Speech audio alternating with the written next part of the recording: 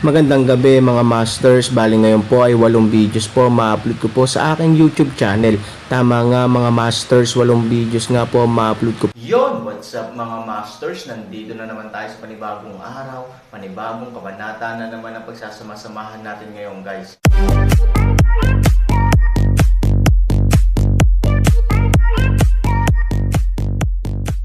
Bali mga masters, kung bago ka pa lang po sa aking YouTube channel, please click the subscribe button, lalong-lalo na po yung notification bell guys, para maging connected pa rin tayo sa isa't isa at maging updated kayo sa mga susunod ko pang video. Bali mga masters, bago natin umpisahan ng kwento ay mag-shoutout po muna tayo para sa mga solid nating tagapakinig. Shoutout kay Fernando Jimeno, shoutout kay Jaime Borbe. Yun na nga mga masters, no? Bali hindi na ito patagalin. In 3, 2, 1, let's go!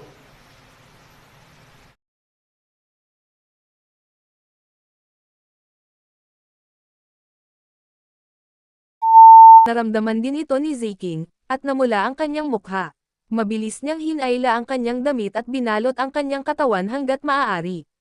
Ngunit halatang hindi niya pinapansin ang katotohanan na sa tingin niya ay natigilan si Aaron dahil sa kanyang kasalukuyang sitwasyon, ngunit sa katunayan, natigilan si Aaron dahil binuksan niya ang kanyang mga mata. Sa ilalim ng mata ng langit, tila walang pinagkaiba sina Zekingla at Bula. Sa kabaligtaran, parang gusto nilang takpan. Ngayon may dala silang chi. Si Aaron ay awkward na umubo para lutasin ang kasalukuyang kahihiyan, pagkatapos ay pinatay ang Sky Eye sign, hinubad ang kanyang coat at isinuot kay Zeking.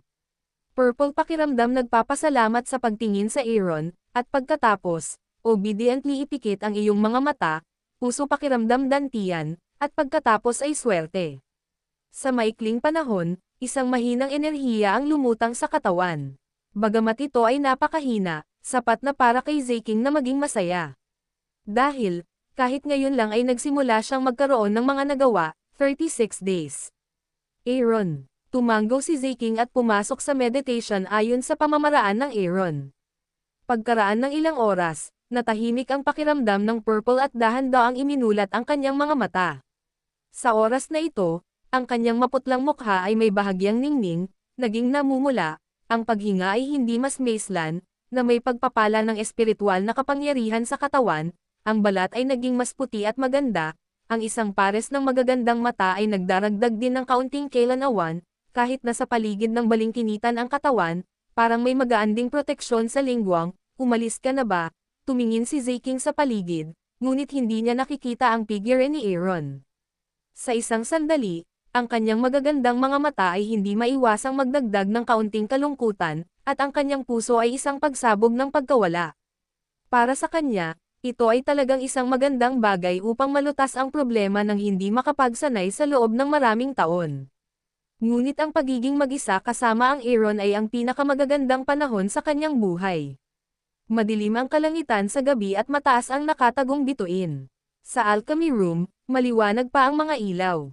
Ang double dragon tripod ay tumatakbo pa rin ng buong bilis, at ngayon ay may banayad na apoy sa ilalim ng tripod, na tumutulong sa pagsunog.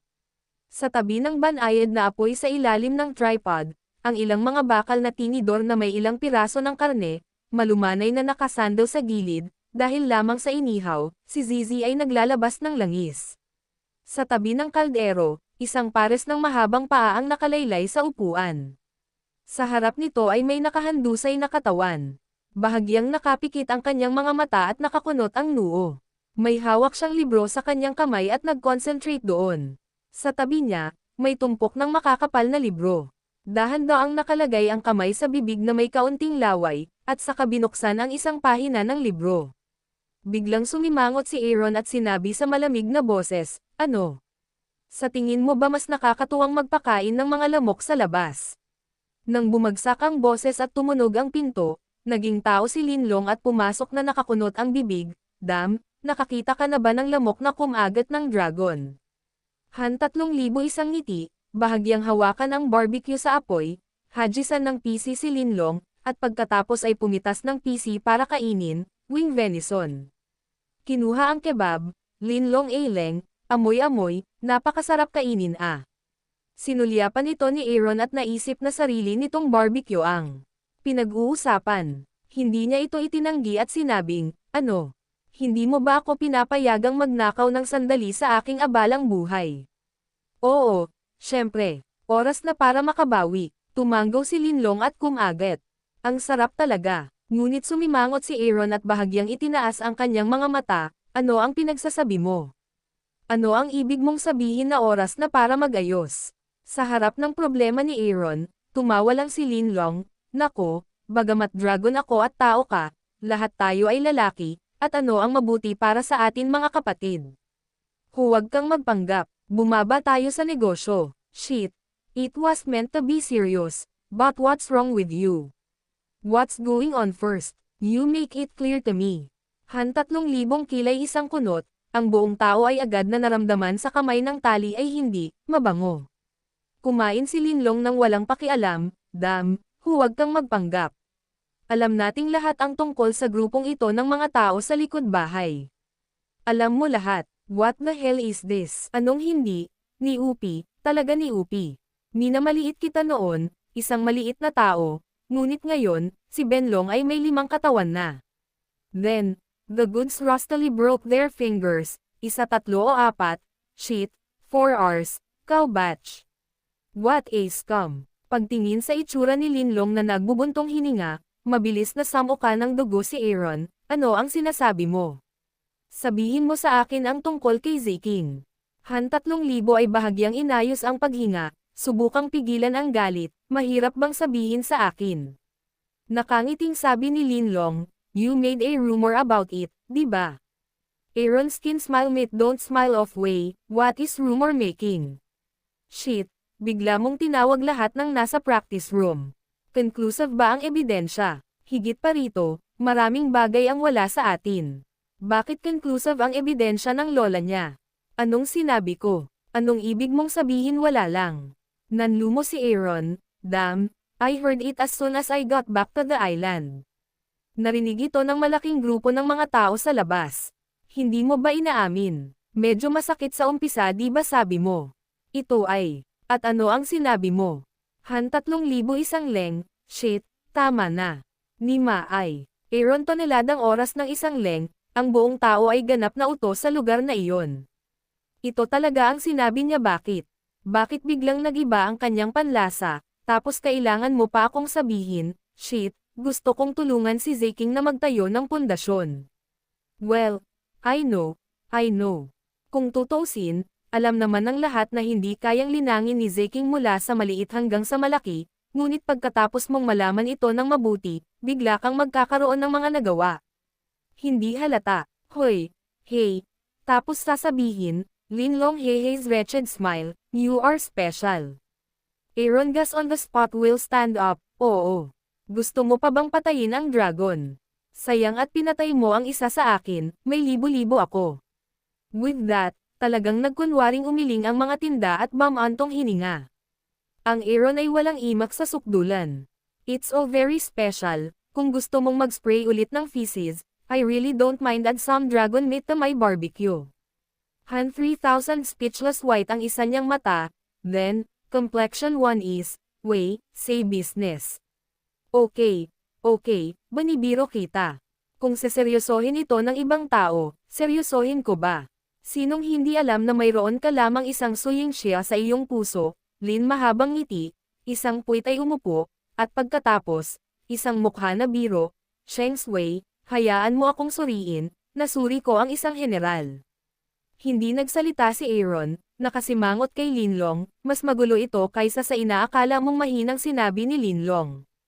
Nang bumalik ang isang alo ng mga tao sa Xianling Island, napansin ng Aaron na ilang malalaking lungsod ang natatakpan ng mga itim na ulap habang lumilipad. Sa daan, nakasalubong din niya ang mga dumadaan na nagmamadali, ang kanyang intuition ay nagsasabi sa Aaron na maaaring may mangyari, sa lungsod ng Chanho at lungsod ng Washi bilang sentro, ilang malalaking lungsod ang sunod-sunod na nasakop nitong mga nakaraang araw, at hindi mabilang na mga lungsod ang nasawi. Ang mga lungsod na nakikita mo ay karaniwang sakop sa saklaw ng impluwensya ng Foye at Goye. Hindi ako nagulat kay Ye Gotcheng. Ano bang problema ng pamilyang Foye? Sumimangot si Aaron, ewan ko ba. Araw-araw nilang sinasakop ang lungsod. Kakatwang sabihin na ang mga pangkaraniwan na mga taong iyon ay napakakapangyarihan kamakailan na napakaraming malalaking lungsod sa harap nila na halos hindi nila kayang lumaban. Sumimangot si Aaron, biglang nadagdagan ang kanyang lakas sa pakikipaglaban, at ang madilim na ulap ay dumidiin pababa. Malinaw, ang dalawang pamilyang Fuya ay malaki rin ang posibilidad na sumapi sa mga demonyo, tila nagsimulang hawakan ng demonyo ang mundo. Han 3,000. Nakapagtataka na walang paggalaw sa magkabilang panig ng bughaw na bundok at walang hanggang dagat, Linlong Road, ang lahat ng usapan tungkol sa kabutihan, katarungan at moralidad ay para sa sariling kapakanan. Ngayon ang dalawang pamilya ay magkaharap, natural, walang gustong gumastos ng enerhiya sa pamilya ng demonyo, upang maiwasan ang kompetisyon sa pagitan ng Snipes at Tahong. Sabi ni Aaron na may paghamak. Matagal na tumango si Lin. Maliwanag na sinabi ni Aaron na napakamakatwiran, gayunpaman, mayroong dalawang kakaibang bagay, kailangan mong malaman, dahil ito ay tungkol sa pagpunta natin sa Bone Burning City. Ano ang problema? Una sa lahat, hindi dapat maganda ang relasyon ng pamilya Foye at Ye Gocheng. Linlong kalsada. Napaisip si Aaron at tuluyang tumango. Si Ye Gocheng ay talagang malabong magkaroon ng anumang pakikipag-ugnayan sa dalawang pamilyang Foye. Magkaiba ang kampo ng dalawang panig. Bukod dito, kahit na magsama-sama sila sa ilang kadahilanan, natural na hinahamak nila ang dalawang pamilyang Foye dahil sa pagmamataas ni Ye Gocheng. Sa pamumuno ni na Fu Tian at Fu Mei, ang dalawang magagandang bulaklak, halatang hindi magkakasundo si Fu Jie kay Ye Gocheng. Maaaring pansamantalang ibigay ng mga kaaway ang kanilang galit para sa parehong pakinabang, ngunit ang mga taong puno ng kasakiman at pagmamataas ay hindi kailanman. Ang kanilang sitwasyon ay nabibilang sa huli, ngunit kamakailan, ang dalawang pamilya ay nakakagulat na magkatulad sa maraming bagay. Matapos makuha ang paninindigan ni Aaron, mahabang sinabi ni Lin na kakaiba, ang mga lungsod sa dalawang lugar ng impluwensya ay natatakpan ng mga itim na ulap. Kung hindi ito kakaiba, kung gayon ang nangyari sa lungsod ay talagang hindi ka panipaniwala. Nang marinig ito, napasimangot si Aaron, anong ibig mong sabihin? Hanggat magulo ang lungsod na inookupahan ng dalawang pamilyang ito, kahit na pinatay ang mga lalaki at pinapahiya ang mga babae, ang pinakakakaiba ay na maraming babae sa syudad ang nawawala, girls are missing. Biglang sumimangot si Aaron. Obviously, para sa Aaron, hindi na pamilyar ang pagkawala ng babae. Dahil ilang beses nang nakilala ni Aaron ang babae na na-hijack. Pero dahil dito, naging mas interesado at naghinala si Han Sanchen sa bagay na ito. Hindi bababa sa daan-daang mga batang babae ang nawawala araw-araw ng libu-libong residente sa lungsod, at kahit na higit sa 100,000 residente, ngunit walang batang babae. Linlong Road, ang pinaka-hindi maisip na bagay ay nasa kaganapan ng isang aksidente. Ang orihinal na lungsod ng Washiego at pamilya ng Chanhu Fuya ay susi, sospek. Ngunit may mga matuwid na tao na nagsuri sa mga tao ng dalawang pamilyang ito, ngunit walang problema. Are you Gocheng and Ye Shishi okay? Aaron, sila ay pinaghihinalaan, ngunit ang kanilang mga asawa ay pawang mga kilalang miyembro ng pamilya. Kung ang isang babae ay kinidnap, isa o dalawang bagay ang makatarungang sabihin. Paanong hindi alam ng kanilang mga asawa ang ganoong numero? Isang malamig na ngiti ang ibinigay ni Aaron, ngunit naramdaman niyang hindi ito ganoon ka-simple. Kung walang mga pahiwatig, hindi ito nangangahulugan na ang mga taong ito ay maaaring humiwalay sa relasyon, dahil alam ni Aaron na ang ugali ng mga taong ito ay makulong ang mga babae sa ilalim ng lupa. Paano madaling makahanap ng mga tao sa ordinaryong paghahanap? Ito ay isang pagtatakip lamang, dalawang babae. O, ngayon ay nakikita ko sila ng kanilang mga target, sabi ni Aaron smile. Sayang lang may importante akong gagawin. Kung hindi, gusto ko talagang pumunta sa mga lungsod na ito. Naniniwala akong may makukuha ako. Mukhang malungkot ang Aaron, siguro maraming inosenteng babae ang nagtatago sa ilalim ng kanilang mga pamilya, o bukas ko na lang makikita. Bagamat walang tianlo, ngunit sa kanilang sariling Taisho Shenbu, ang bilis ay hindi masama. Ilang araw, dapat na maabutin natin ang pag-alis ng malalaking tropa, sa tingin ko ay hindi mo na kailangang pumunta sa kanila. Lumapit sila sayo, nakangiting sabi ni Lin. Sumimangot si Aaron, anong ibig sabihin nito? Nahanap na ba nila ang Fairy Island? Iyan ang pangalawang kakaibang sinasabi ko nang matapos si Lin, Kinagat niya ang isang tali, kinain ito sa kanyang bibig at sinabing, meron maraming itim na ulap sa daan patungo sa nasusunog na lungsod, at kumalat ang mga ito sa direksyon na gusto nating puntahan.